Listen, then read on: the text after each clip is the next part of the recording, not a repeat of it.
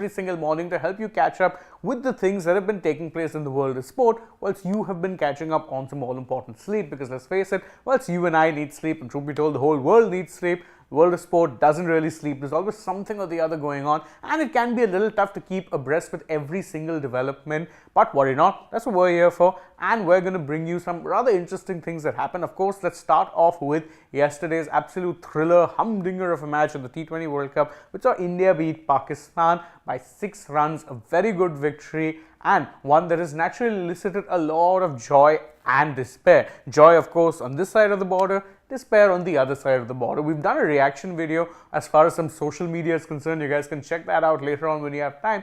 But in this video, well, we've got a few more and we'll just get to them one by one, starting with, of course, an interesting tweet from Sachin Tendulkar. He simply said that, look, India versus Pakistan, new continent, same result. T20 may be a batter's game, but in New York, bowlers were the apple of our eyes today.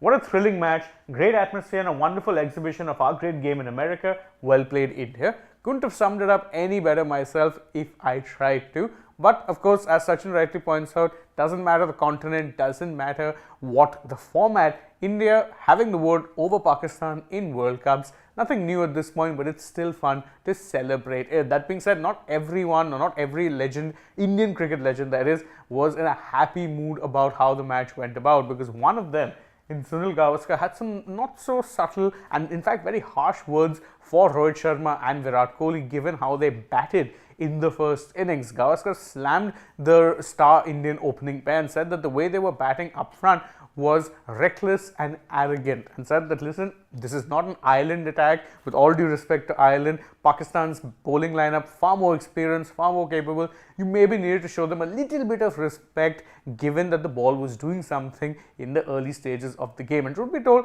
I have to agree with him. Yeah, I know that we've criticized India for not showing enough batting intent in T20s and playing safe cricket, but those are on conditions that are very conducive to T20 cricket. What we've gotten in Nassau County so far is anything but conducive to T20 cricket. And so on grounds like this, playing percentage safe cricket actually works. Get the odd boundary, work the gaps, get the 2s and 3s, and show the scoreboard keeps ticking. 150, 160 should actually be a defendable, very easily defendable target. Now, not taking anything away from India, they defended 120, but it required an absolutely superhuman show from the bowlers to do so. So much as Gavaskar's criticism may seem a bit harsh, I at least get where it is he's coming from. But if you think this is harsh, let's check in and hear what it is that is happening on the other side of the border. Starting off with, of course, this one fan who you can see here on your screens right now. Well, he actually ended up doing something rather, you can call it passionate, you can call it silly, you can call it whatever.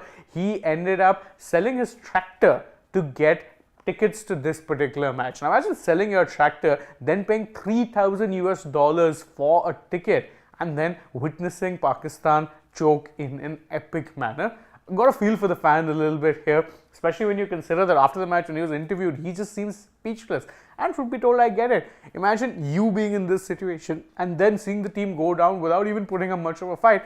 It would definitely be heartbreaking. And truth be told, he summed up the reactions of a lot of people when he said that, listen, I'm very sad, but well played, India. At this point, I think a lot of Pakistan fans are resigned to knowing that if they come up against India, more often than not, it is going to be a loss. But if you think fan reaction is bad, wait till you hear what it is that Pakistan Cricket Board Chairman Mohsin Naqvi had to say after the match. He was interviewed by some media people, and well, what he said was, well, it's pretty telling, and we'll do a separate video on that. But the gist of what he said was that when I took charge of the PCB, I thought that the team only needed minor surgery, but having watched the way they play, well, they really do need major surgery. What he's saying is that, listen, big changes are coming, which on one hand you can say is something that is the need of the hour for the Pakistan team, given that it looks like they've stagnated, and despite the fact that they have more or less the same talent pool as they did in 2022, the game has clearly moved on and none of those players seem to be in much form.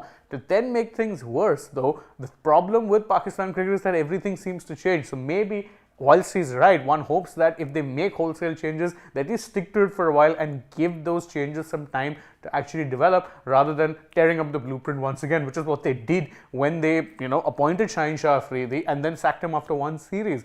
Not really how long-term thinking works. And ensures that you came into this particular tournament with an absolutely muddled side, with muddled thinking, confused, deflated, you name it, all there. Anyway, we'll discuss all of these things in separate videos as well, so stay tuned for that as they come through the day. But right now, let's switch our focus from the world of cricket to the world of football. And if you're a Manchester United fan hoping that Erik ten Hag gets the sack, well, bad news for you, because one of the persons who was linked with the job in Thomas Tuchel has pretty much ruled himself out of the job. Why? It's because he wants a bit of a break after what he felt was a tough stint in Bayern Munich, which I totally understand. And I mean, if you think Bayern Munich, the way they are right now, are dysfunctional, Manchester United are just a whole different level. So I totally get him trying to ensure that he doesn't get that job. Of course, we don't know if the job is in fact available, because even as things stand, Erik ten Hag is very much in a job, but things can change, and things can change very quickly. So let's keep an eye on this particular story. But sticking to Manchester United, they have put a £40 million price tag on Jadon Sancho, who, lest we forget, had a falling out with manager Erik ten Hag, got loaned to Borussia Dortmund, then ended up putting in some impressive performances to ensure that Dortmund could actually make the final of the Champions League. Don't forget, this is a player that United spent about £80 million on, so selling him for 40 would represent a bit of a loss in that sense, but they'd want those funds to come in quickly, because if they do come in, it gives them wiggle room to spend money in the transfer window, because money is tight at Old Trafford. How they nurture or navigate these murky waters is something that, again, we'll keep an eye on. Yesterday also was, by the way, a pretty thrilling F1 race was taking place in Canada. It was won by Max Verstappen, but that doesn't mean it was a boring race. Far from it. Rain came in on a couple of occasions. There were multiple cars who were competitive. And in fact, aside from Verstappen, we had two other drivers who could have actually won it. There was this man right here, pole sitter George Russell, and there was the man on Verstappen's right, Lando Norris, both of whom at one point led the race, but then due to strategy calls or just plain bad luck in some cases, ended up finishing behind Verstappen. But what it does tell you is that both McLaren as well as Mercedes are catching up slowly but surely to Red Bull. So the 2024 season might not be as much of a damn squib as 2023 was. Ending the news wrap with a little bit of positive news from an Indian perspective, and this man right here, Sumit Nagal, has massively boosted his chances of making it to the Paris Olympics. Why? Because he won a challenger tournament, the final of which ensured that he was granted 100 ranking points in the ADB ranking system. Why is that important? Because it's taken his ranking up to 77. Why that's important is because you need to be ranked in the top 80 of the world to be playing in the Paris Olympics at a certain cutoff date, that is. So right now, if he can maintain this ranking or even improve on it, it ensures that he'll be in the lineup for the Paris Olympics, which would be great, given that, again, Indian tennis is in desperate need of a shot in the arm. And Nagal, the kind of 2024 that he's had, has pretty much ensured that he's been the poster boy in that sense, because again, whilst Bopanna has been winning Grand Slams, the fact of the matter is the singles game gets much more coverage, and that's where the money is at. So having a star who's doing well in the singles division, well, that's something that Indian tennis desperately needs. Fingers crossed that Nagal can maintain or improve in this ranking and be flying the Indian flag at the Paris Olympics.